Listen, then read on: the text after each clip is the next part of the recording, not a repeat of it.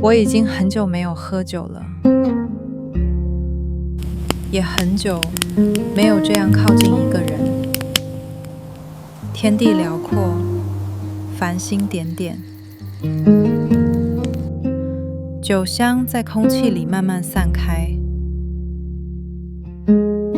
我知道，一个夜晚不能改变什么。明天醒来，我们还是要回到各自忙碌的生活。